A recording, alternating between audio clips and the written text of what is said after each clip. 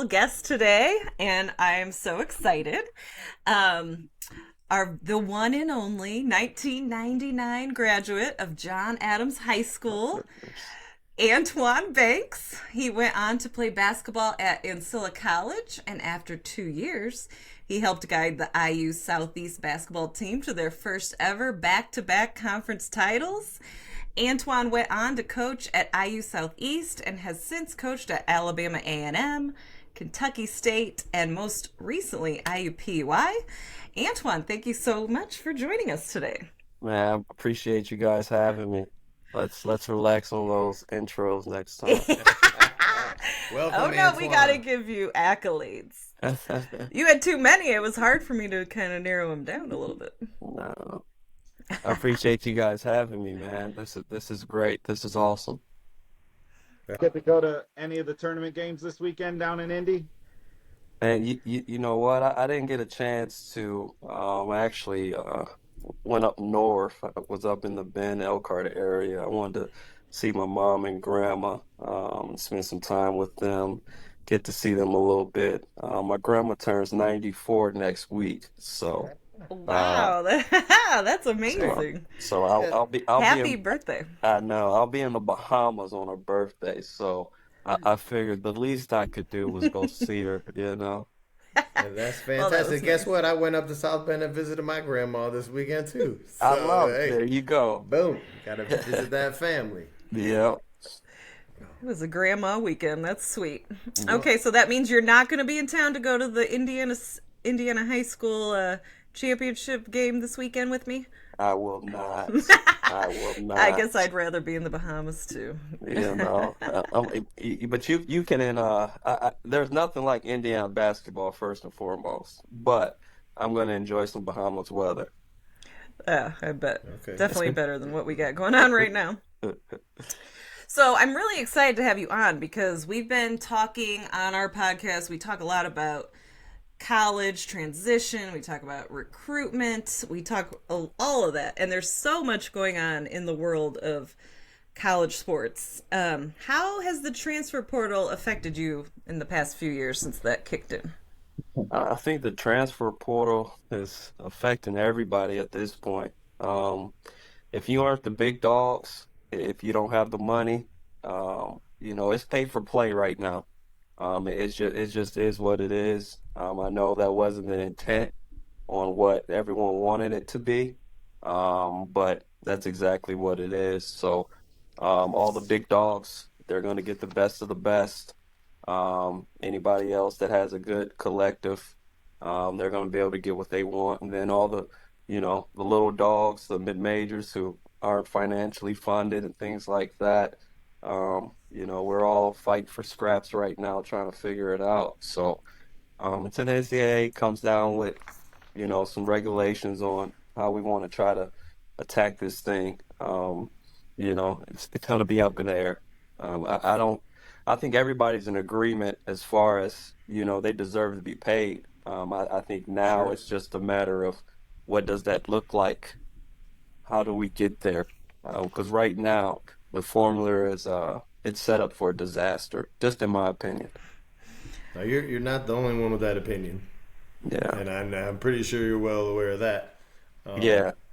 but I guess I want to focus on a question about that talk about the big dogs. They're getting their what they need. What is that time frame like where you're waiting for things to fall through, and all of a sudden it's set, and now I can actually talk to a person who we might get. Well, I mean, like it's set up to where it's like you're trying to figure out it's new recruiting depending on where you're at. Recruiting was all based off relationships, right? Getting to know a player getting to know a coaching staff, really getting to figure out who that player is and who that coach is and who you're going to play for, style of play and things like that. To where now, I mean, some coaches joke about it, but it's like speed dating. You really don't get a feel for the kid. You really don't get a feel for the student athlete.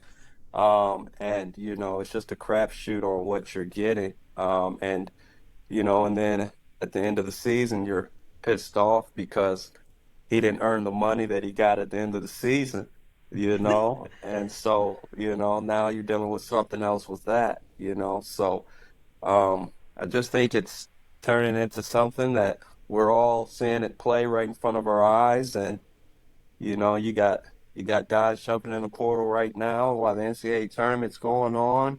You got some kids committing to teams while the NCAA tournament's going on, and their team's still playing.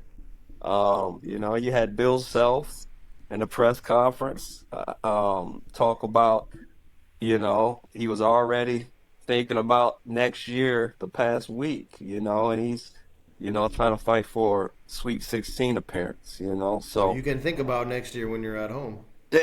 no question, no question, you, you know, but he's trying to figure out how to stay relevant with the top dogs. Even though they're Kansas and everybody wants to go to Kansas, they need a bigger pot too because the money that these kids are getting, it's we're talking about a lot of money here. It feels like from the outside looking in that your job must, and I wonder if this has changed. It seems like it never ends. Like, when do you ever get a break from recruiting? Was it always like that, or is that now just constant? Uh, One thing about basketball, you're pretty stuck with all year round. It's a long season. Recruiting is nonstop, and you're recruiting in season, you're recruiting off season. The NCAA is trying to come in now and try to figure out the AAU tournaments and not have us out as much in the summer. One of the things that we fought for as coaches on the men's side this year, and they were able to grant it, was not recruiting on Father's Day weekend.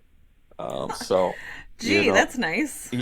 we always got Mother's Day off, but we always had to work Father's Day. So, a couple Hey, that's a coaches, great ask. That's a good. Congrats. That is a yeah, good. you know. Finally, So gosh. so so we're gonna enjoy that small victory. But it's nonstop. And then even now, when you're talking about the portal and guys can transfer and there's no penalty with transferring. You can transfer within conference. So after a game in the handshake line, hey, I'm you gonna don't be like your how teammate next year. you don't like how you playing, you come play for me. I mean, it's just Yeah. it's getting funky. It's crazy. Yeah, I just don't understand why they don't have at least some. I mean, supposedly there's what, two, at least for football, there's supposedly two transfer portal entry times, but that seems like you can really enter at any point in time. Yeah, well, basketball is a little different as far as you have a time you can enter the portal. I think our first date was just here a couple of weeks ago. As far as the first date you can enter was like March 18th. And then they'll have a couple of weeks to where they have to stay in or return to the institution they're at, or and then once that deadline passes, they're in there until they find their new homes. As a coach, are you? I mean, it used to be you're looking at juniors in high school, what they're doing. Now you're focusing on juniors in college more so, I would assume. I mean, one thing that's probably more sad than anything is that all these high school kids that are getting left behind. At the college level now, everybody wants college kids. And, the best thing is the portal right now because at least that kid has been in a college practice. He understands what conditioning is. He understands the wear and tear of a long season. He understands what a 3 hour, 3.5 hour practice is. So from a mindset, he's ahead of the curve a little bit compared to coming in, you're talking about a freshman coming out of high school. He's still wet behind the ears. He's still green. He's still physically not ready. He's still trying to figure out the game. And there's a lot of uncertainty there to where, a lot of coaches just can't wait. It's a business today. We're talking about the kids getting paid, but, us coaches, we're getting, nice little salary to win ball games. And when we aren't winning those ball games, you're fired. and that's just the nature of the business these days, as far as what it is. And so when you box us coaches in to where it's win now or be fired, you can't put you can't put your trust in a 17, 18-year-old freshman kid coming out of high Right. school. You got to go with someone that's a little bit older, someone that's been been through the trenches a little bit, someone that understands the college setting and can really help get you along the line. So, what's your advice to those high school kids? What do they do? Just, It's a just, it's just, a rough game. just stick with it. Stay at it. It kind of has to get back in the old days to where, like, when it wasn't so much social media, some of these kids had to recruit the coaches. To where, players sending out mails and emails and trying to get the coaches to, take a look at them. And, they still do that. I just think you got to do it even more so now because a lot of college coaches are going to go portal, going to go junior college transfer. And even before that, they'll go prep school over a high school kid. So now we aren't talking about the McDonald's All-Americans and Right. the Sure, one sure. and dones, like the no-brainers that everybody can see, But there are a lot of high school kids that can play and that can play right away. They're just getting, hitting under the radar. And it's unfortunate right now because it's too many. It's too many. Now, is that COVID year, is that still in effect? And when does that end? So I want to believe we got one more class, and that'll be all of the COVID kids to where I think we'll be done with that and try to get back to some type of normalcy. Well, We'll Antoine, I see. appreciate the insight on all that. So we do a rule of the day on here on the podcast. So we bust out the rule book on you. Um, one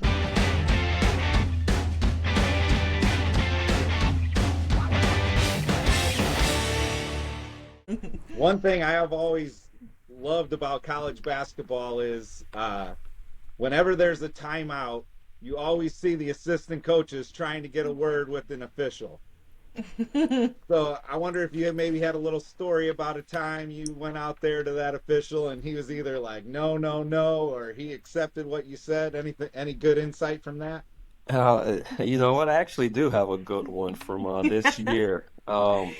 We were playing Indiana State, and you guys are all Hoosiers, so you guys should have followed Indiana State's great run that they had this year. Yeah, Of did they course. get robbed or what? I personally, I think they did. I think Mhm. they did.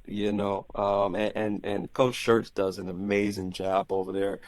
We've known each other for a while now. But we're at Indiana State, we're getting our teeth kicked in. And we're always telling our guys to keep fighting, keep playing to the final horn. So obviously I'm still coaching until the end of the game. And the way their floor is set up, it's hard to see the half court line. And That beautiful I, state of Indiana. and it's gorgeous too. And so the kid dribbled and he came back, and I thought it was an over and back, but you really couldn't tell. And and I thought the ref just missed it. Now I get it. You know, team gets down 30, you want to hurry up and get the hell on up out of there. I get it. But the ref was really good. He's one of the guys going into it you can talk to. So um, it was a media timeout, and so I go over there and I'm like, hey man, listen. Yo, man, I know we getting our butt kicks, man, but like, yo, that wasn't over and back. He was like, no. I was like, I'm telling you, that was over and back, man. And he was like, I'm telling you, it wasn't. And so, and so I go, what do you want to bet? And so he goes, what? I was like, what do you want to bet? He was like, listen, I have your game later in the year, right? And then so I go, what's your favorite candy? And we're doing this during media timeout. He's we're laughing. He's thinking I'm crazy, of course. And so he's like, Reese's Pieces. And I'm like, all right, cool. And I was like, if I'm going to look at that. And if I'm wrong, the next game we have, Reese's Pieces on me. And sure enough, we didn't have it for like 2.5 months later. And he was actually right. And I made sure I got him a king size Reese's Pieces. I go up to him and I go, man, you were right. And he go, man, right about what? He said, I'm always And right. so then I had to remind him, man, and like he just thought that was the greatest thing that I remembered. And then the second thing, I paid my bet, Yeah. and Yeah. he's a big time Big Ten official, man. He comes down, does our games sometimes, man, and it was great, man. So that's a moment I had this year, You That were humbled a little bit. a little bit. Uh, that's great. all right, so I got one for you. Okay. Last three tenths of a second left in the game or quarter. The offense is inbounding the ball underneath their offensive basket. All right. So they're going to throw it up for a lob for a tip because you can't catch and shoot. All right. Yep. So the inbounder throws the ball up towards the hoop, and the defensive guy tips it. Not the offensive guy, the defensive guy tips it. It hits the rim, goes up in the air, the horn goes off, goes in the hoop for a basket. What you Yep. got? What was the team? Whatever team that was down, whoever took the ball out, counted. No. What? So No. no. So the only thing that extends a period is an attempted try. So the So they're going to wave that off? So the offensive player would have had to tip it for it to be a try. Since the defensive guy tipped it, it just becomes a deflected ball, and the horn sounds, and the period's over. Wow. And on top of that, say you have a shot that goes off. Come on, man. That can't Right. be real. I couldn't believe this. Say you have a shot goes off. It's an attempted three-pointer, and he lets go right as the horn sounds, and the D-man comes out and tips it after the horn. And the ball keeps going and goes in the hoop. But the defense touched the ball after the horn. Count it. I know what you're going to say. No good because the defensive guy touched it. No, you do. You count it because That makes the previous rule even that much more silly. well, the first one, the offense didn't touch it. They threw it inbounds, and the defensive guy tipped it. He tried to tip it away and knocked it in. So since it's a try on the three-pointer, it's a try. The clock continues until the try is over, and the defense touching the ball doesn't end a try. Wow. Antoine, you would lose your mind if you were on the sidelines at that. Hey, you would lose some Reese's Pieces. That's for damn sure. Hey, but now I'm curious to know in a scenario like that, how many officials would actually get that right? A lot of them, because that's a rule. Like when they have their rules meetings and they're talking about tip situations, they discuss that. Okay. They go in deep on those ones. Yep. Wow. Okay. It's not a real in-depth rule, so that's something they do talk about. You taught me something today. I like that. That's Well, our maybe you goal. can get some points taken away from the other team now. It's a very educational program here on Settled on the Field. Get you to the next round of a tournament game. You're gonna be like, no. Right. Defense tipped it. Absolutely. Well, before we go on to my recruiting tip, I did want to ask, how's everybody's March Madness brackets looking right now? Man, it's a little scary. I'm still holding on though. I'm still I'm holding holding on. I'm a little bloody looking. I got but 3 out of 4 and 7 out of 8 remaining. I have all my Final Fours So- remaining. All my. I think there's a I lot of don't- chalk out there. We Yeah. all still Yeah. got a chance. We still got a chance. But that Houston game almost nipped Almost me. put me to the end. I got them Oh, in the finals, losing to wait, NC. man, it always hurt me. And then, that Grand Canyon game was a little scary too over there with Alabama. Yeah. There were a couple scary ones in that. Golke, wow, that was amazing. That was fun to watch. And I saw him up close in person during this Oh, season. you So did. yes, they're in our conference. So yeah, he's good. I saw this stat that was something crazy. Like he's He's only good. shot like 8 2-pointers the whole season. I was like, is that possible? Could that Right. be a real stat? That game I'm that game questioning. that he hit 10 threes, I think it was like there's some stat was like he took 3 dribbles. Mm, wow. I mean Wow, that's catch and Wow. shoot. Yep. the kid can No, Yeah. but shoot. he's a prime example of that. He played D2 for 4 years, and then the coach Yep. is like, all right, that was the only D1 school that took him, and he went on. And I mean, that coach is like, hey, I need some, strength on my team. And there's a 3-point shooter that's done it, proved Yep. himself. Right. Wow. Yeah, he made a huge impact. So He did. He did. And picked up a few endorsement deals along the way too. Yeah, good for him. there you go. And so that's a great example there of the what Antoine said earlier. Just keep working at it. Just keep going. Those high school kids that Yep. Yep. you might go to a lower level, but keep Yep. working. Keep working. You Keep can working. you can also transfer. Yeah. I usually do a recruiting tip, but since we have an expert recruiter,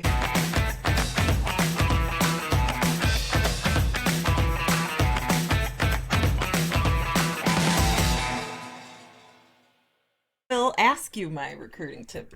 So, what is an intangible or maybe a couple intangibles that you're looking for when you meet a recruit? What are some of those things that maybe you can't quite teach them, but they've got it? I mean, obviously, it's comes down to the skill, right? How good is the kid? Does he, meet the criteria of what you want in a basketball player to help, fit some needs that you think can win some games. But, with me, man, I'm just big on like character. How does a kid conduct himself? How does he carry himself? Um, you know, we talk about being uncomfortable. Being comfortable when you're uncomfortable. How does he look in those moments? How does he interact with his teammates? Not only when it's going good, but when it's going bad. Like to look at the guys during a timeout if I'm evaluating them during a game. How's their body language? Where's that eye contact? Are they focused in on the coach? Are they, getting an assignment, seeing what the play is or how they're going to guard something? Or are they distracted and their eyes are roaming because they're looking in stands for their mom and dad and to see what mom and dad is saying instead of listening to the coach?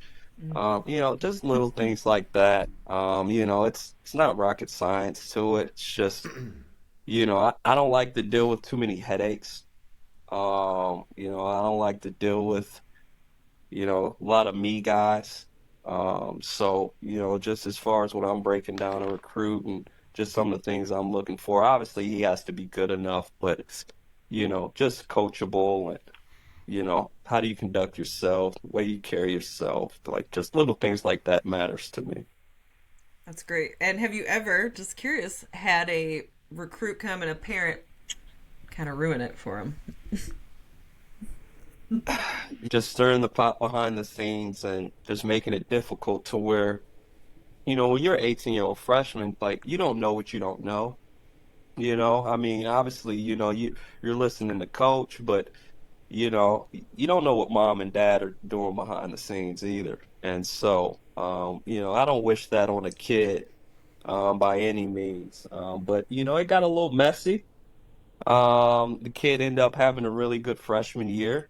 We were his only Division One offer.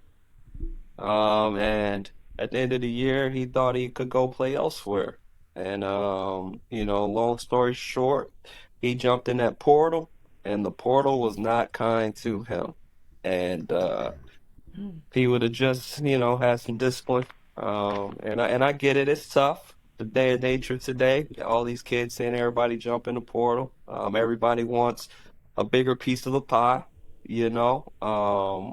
But situation where, he should have listened to his coaches and he got some bad advice from his family and his career didn't take off like it should have. Still ended up being a good player, but could have had a better career if just would have went the other way. And I'm just curious, because I don't know if I know this. If you jump into the portal and you don't end up getting picked up, you can still then stay No, at your school, or no? no, You're no, done. no, no. Once that deadline passes, you're stuck in that portal. There are over 1,000 kids last Sure. year stuck in that portal that didn't find a home, that just didn't have anywhere to go. Yeah. And we were talking about high school kids earlier, and you like got to think like, and we're still looking at those 1,000 kids that are stuck in the portal before we even get to the high school kid. So it's a dirty game right now.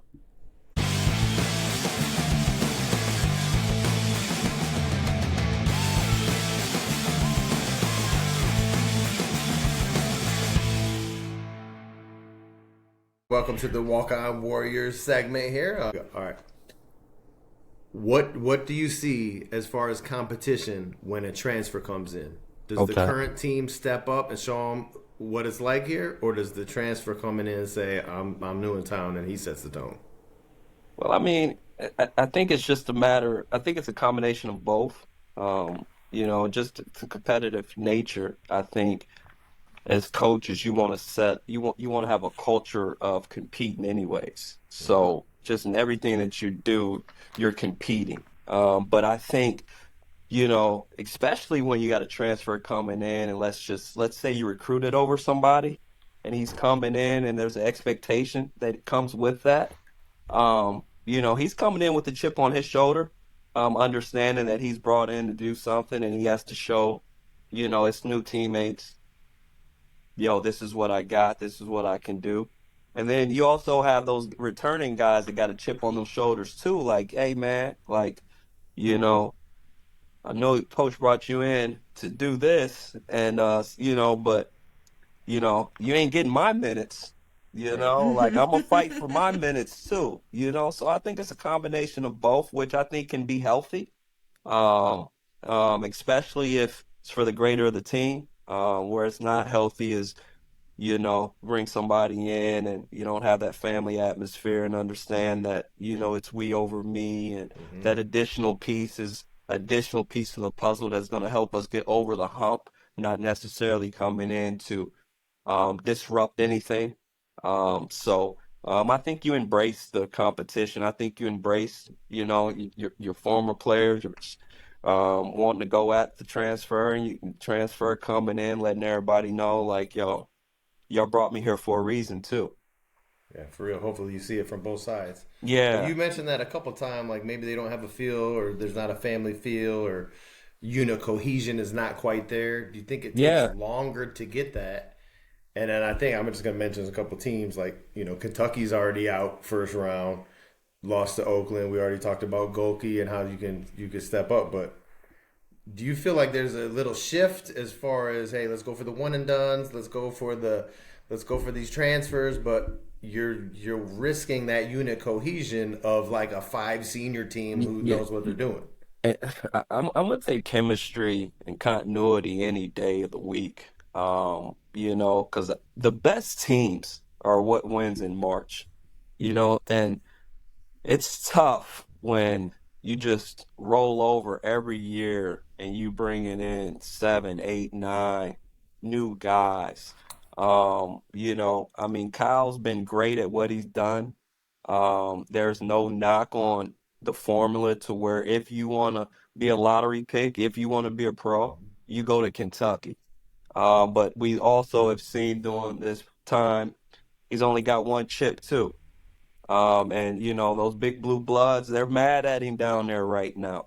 But and also in saying that, like you still have to realize how hard it is to win one too. Oh yeah. Like you got to be healthy, you need a little luck, and then you got to be playing your best basketball at the right time of the season. So like a lot of things have to line up, But I do think you're seeing more and more now to where you have to be older, to where the maturity kicks in. And you also have to have some continuity. You have to have some chemistry to where guys have played together 2 or 3 years, and have a good feel, with each other. That's important. Yeah, you mentioned we should all know how hard it is. I mean, we should all know. I mean, 1 out of 64 is not easy, and we're all throwing our brackets away next weekend. Don't even worry about it. Okay, now I'm gonna go to strategy for you. Okay, Okay. I got a new idea, but I'm gonna ask it in a different way. Where is the full court press? I It, would love to see. Now, look, I've watched a couple games, and I see 5 guys, and they're still in long sleeves at the end of the game. I right. mean, why aren't we sending in 5 dudes who are the bottom 5 to just hustle for 3 minutes while I talk to my guys on the bench? This is just my opinion. Um, Two things. The way the game has changed from the rules standpoint, and they taking the physicality out of it. The player movement. They want the excitement, they want the scoring, they want the fans, really involved. So I think it makes it hard from that standpoint, because it would be foul, foul, foul, foul, foul. And then the second thing, which I think is probably the most important thing, is you can't get kids to buy into that today. See, I would It's hope that the competition would drive. Okay, we're going for it's but Arkansas, what you Nolan Richardson style. but Let's what go. you have to understand today too with this generation of kids, and I'm gonna get myself in trouble here. That's okay. They don't like to compete. They don't compete. They don't like to compete like we competed in our era. Like they don't compete like that. That it's a little buddy buddy system going on these days, It's man. tangible. It's tangible. You could Yeah, see it. You could feel it, and that's why I yeah, asked. yeah. If you're gonna play that way, you gotta play multiple guys, and you're probably talking about playing 9, 10, or 11. Well, then if I'm playing on a team 9, 10, or 11, then how am I going to be able to do what I do? How am I going to be able to be that man, that guy? How can I showcase I'm the star? So now you start to take away a little bit of shine from him. So therefore, guys don't want to buy into that. That's understandable, I suppose. Yeah. Now I That's a started. very good answer for that. Yeah, I like that answer for sure. Showing you here is the Bevo Francis Award. Okay, and I'm going to educate you here because you said you didn't know what it was, but that's okay. This is the Well, Okay. just to let you know, Bevo Francis just scored again. Just scored another Hey, bucket. Yeah. all right, so this is your homework. You're gonna look up Bevo France. You're gonna find he played back in the day and he scored 114 points in the game. That's why they're saying that. But the Bevo Okay. Francis Award is a top award for the small division schools. It's presented annually to the player who's had the finest overall season. So we're talking NAIA Division Yeah. two, three. Got some got some good got some good teams on here. There's like 13,000 players, and we've cut it down to the top 25 now. So I'm just going to scroll through this list. And there's Uh, a couple Indiana guys left. yep, we got Caden Anderson, Diego Bernard, Jalen Brooks, Bryce Butler, Frank Champion. I like that name. I think he might be in the finals. Seven Clark, Tyshawn Crawford, Tyson Crookshank, and our boy Zach Goodline from Huntington. He's in Indiana, a senior. Jeff Hunter, Josiah Johnson, KJ Jones, Brandon Napper. I don't know how to spell this or pronounce this name, but Cool Cott, Zach Lupet, Jaden Letsky, Miles Mallory, Sam Matson, Ryle Minix, Christian Parker. We're giving you all shots out. Hopefully you make the finals. Joel Scott, Matt Simpson, Alex Sobel, RJ Sunahara, and Mason Walters to round them out. And Ooh. just to give you the finals here, they're going to go down to the finalists on April 5th, and they'll name that winner on April 8th, which is the same day as the Natty over there, D1. Okay. Okay. Yeah, so That might be one of your we've been keeping transfer track portal of guys that. next year. Hey man, listen. There you go. NAIA players are transferring to Division Two, Division One, Division Two players. NAIA players are transferring to Division One. When I say it's the Wild Wild West right now, it is the Wild Wild West right now. It It sounds like fun.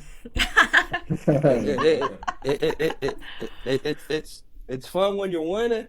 It's not fun when you're losing. We just got the question we asked all our guests. So Antoine, what's your favorite sporting event that you've ever been to, or what's the next sporting event that you dream of going to, other than winning the national championship? We expect that out of you here in the next few years anyway. Okay. Oh, So what sporting event have you been to in your lifetime that just comes to mind, whether it's who you're with or, you know? It could be that's when John Adams won the sectionals in 1998.